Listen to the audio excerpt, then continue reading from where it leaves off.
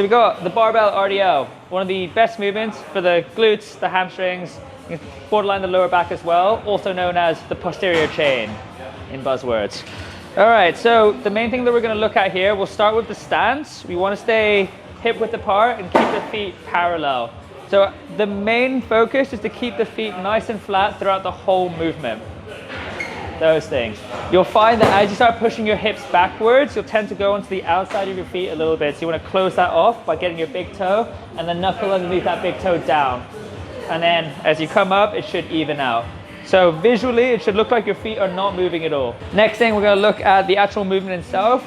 It is a hip hinge by nature, so the hips need to go backwards in space, forwards in space. All right, that's the only thing that's going to be moving right now. Everything else around it, we're going to look to keep as stable as possible. So now I'm going to pick up the weight. I'm going to go just outside hip width apart. All right, I'm going to keep that bar nice and close to the body. As you can see, I'm going to squeeze my elbows in. This is just going to lock the lats in place and stop my back from breaking essentially. And then from here, keep the bar nice and close, hips back into space, find that hamstring range, bring the hips forward.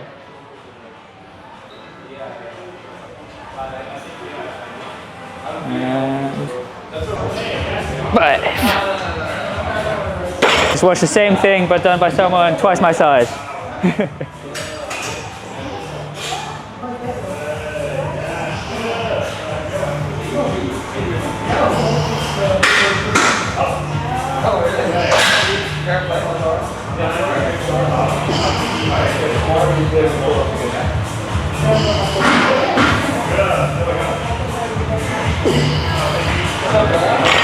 Perfect. All right.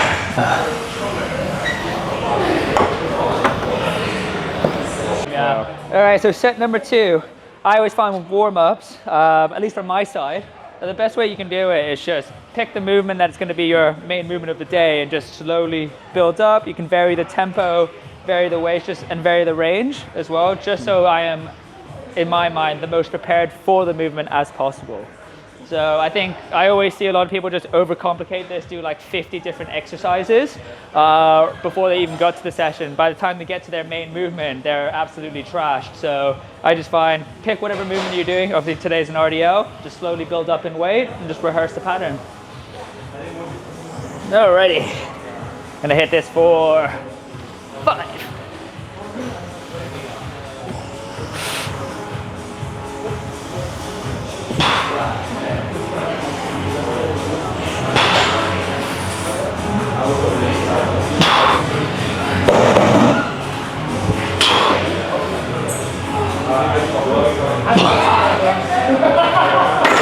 Just like that?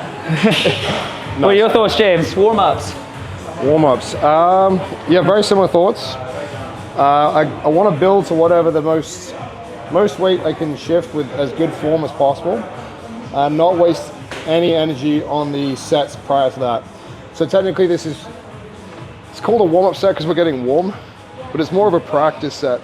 We're just going to get adjusted to the weight, feel everything, as Kevin said, practice that hip shift, see where my range is, and move through the motion just to check everything feels good, in the right positions, muscles are firing correctly. That's enough for me. There we go. We're good. No more, no less. What are you going to work up to?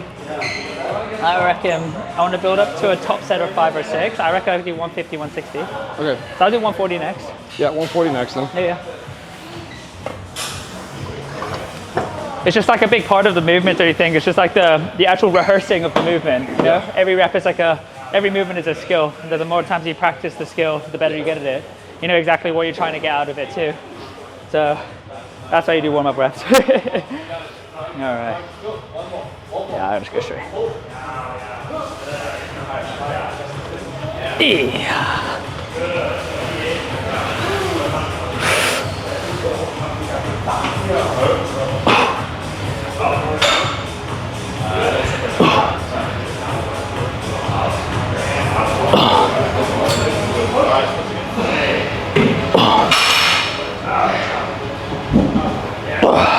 Nice. Nice. Just like that. Strength, athletic, bodybuilding. How do you vary the exercise? If you say to me, like, I want it to be more of a building exercise for hamstrings and glutes versus just overall strength or power, would you change it for me? I think honestly, if you're looking at it in terms of like a strength and power standpoint, I wouldn't actually change things that much. Maybe the rep ranges will be it, because I think when you're coming from a strength and power, you probably want to still lean towards the lower rep ranges, but the intent is always going to be the same. We're still going to be as controlled in the eccentric as we can. We don't want to sacrifice form for speed at any point of the movement. If you're looking at it from like a hypertrophy standpoint, I would just do more reps, to be honest. Yeah. And still the same thing, I'm still going to push it to, I think on an RDL, to technical failure before absolute failure. Yeah. I think as well, I think the risk reward you can get out of that is probably not worth it just to go to absolute failure. Yeah. But yeah, honestly, the approach is not that different. And I think that's where people start blurring the lines between sort of performance training and building muscle.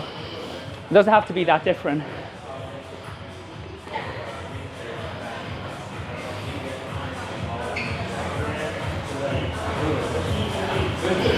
Good.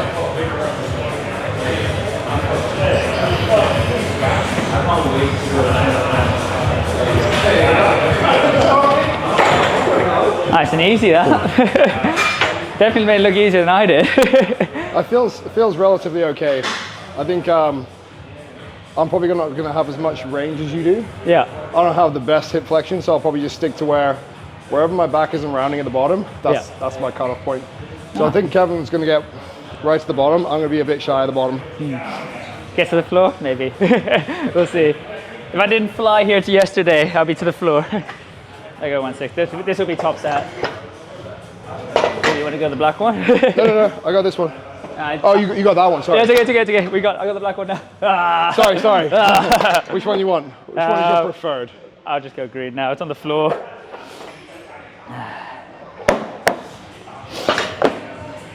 I'll give myself a little second here. But yeah, I think like this, when you're looking at training and we're looking at sets, like regardless of what the end goal is, the priority for yourself in the set is just to get the most out of it as you can. So that's where, regardless of what you're training for, the intent always has to be the same. So you want to keep the technique as locked in as possible with as much force that you can generate, hence as much weight as you can without sacrificing form or any of those. So if you go in knowing exactly what you want to get out of it, so for me, I want a big stimulus from my posterior chain in that lengthened position. So I pick the RDL to do so. I pick the rep range I want to be in. For me, it's in that sort of 5 to 6 rep range. All right, and I'm just going to get as much as I can out of this. So looking at 6? I think based on how the 145, I reckon 5 will be the absolute target. Okay. But if I start losing form, I'll just cut from when I lose form. Yeah.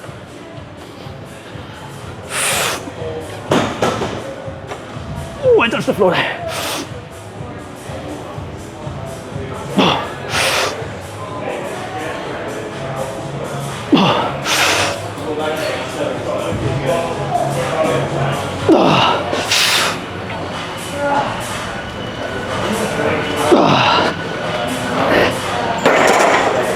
There's a 5. Nice.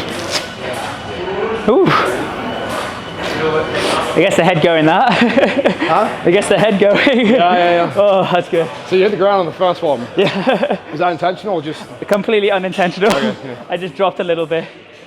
But the key there, don't panic, reset, get everything locked back in place, and you can still get a good set out of it. A lot of people can get thrown off by that.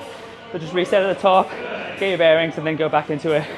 So the question is, how do you define an RDL from a straight leg deadlift? Ooh. 'Cause they're very similar. People use the same sort of words interchangeably for the same exercise, and arguably they're pretty much the same thing. Yeah. But how would you say we're doing a straight leg deadlift today with you and me versus an RDL today? Oh, so for me personally, when I'm doing RDL, I will give myself a little bit more freedom in terms of the leg bend at the start. I'll let that sink a little bit more. If I was doing a stiff leg, I'd really focus on pushing the hips back and almost upwards as well. So instead of going like here, I'd end up almost here as well. I would also go from the floor more often than not on a stiff leg. So I think when I'm looking at RDL, I'm thinking more posterior chain in general. If I'm looking to a stiff leg, although working the same muscles, I think the target the hamstrings just a little bit more. And you really have to be locked in from a form standpoint, I think even more so to do that properly. At least that's my sort of take on it. Yeah, same thing. Same. I think the only difference is we're going to be touching the ground on the straight leg deadlift. Every single time from the floor, Every single time, touch the ground. And we keep the knees basically back behind us at all points in time. Even though in RDL, you do, the difference between an RDL and a conventional is the conventional, you shift your knees forward at the bottom when you touch. Exactly that. So we just don't do. In my opinion, you are going to see a significant change between like your weights shifting on an RDL versus straight leg, right? So for me, and maybe I'm more of like nuanced terminology, there's a big difference between the two. For sure. But actually, like what's happening, and like you said, in space, in the hips, and what's going on, they're very much the same. Yeah. There's just small differences, but well, I guess when we train together, it's kind of like whichever one you want to do. I just want a hip hinge version of this. Exactly that, And just understanding like in those small adjustments, the weight that you lift will be a lot different, and therefore the technique and the things that you focus on in terms of initiating the movement might also change as well. Obviously, if you're starting from this top, it's quite easy to feel that sort of lengthening and then coming back. You've got no tension at the bottom because it's resting on the floor. Then you just have to make sure you're really locked in before initiating the movement and make sure that the movement comes from where you want it to instead of just yanking it off the floor. No, that's on the video that I lifted more than him. We won't go high, but for the record. So the reason is because it's bodybuilding reps. It's like bodybuilding reps, right?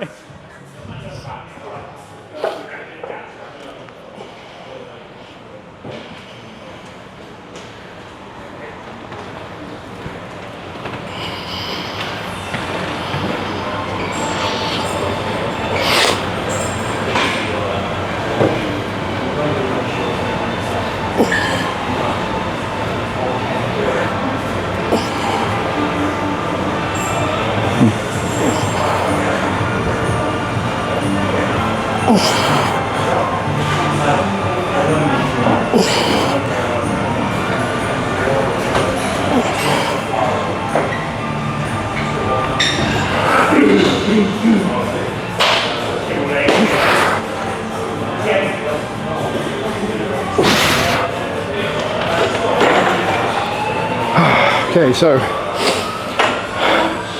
the reason I can't touch the ground is because I've not got the mobility for it. I don't want to touch the ground necessarily on this one. Again, if I could keep my legs straight, I'd go a little bit more parallel to where my chest is parallel to the ground for more hamstrings. I'm trying to purposely push my hips back away from me. I do like to add the pause in the bottom just because this exercise is going to be predominantly lengthen based. So a lot of stress at the bottom. So I don't want to touch the ground, but I do want to hold it. That'll make the whole exercise a little bit harder, but you're going to trade off a total amount of weight that you do actually use.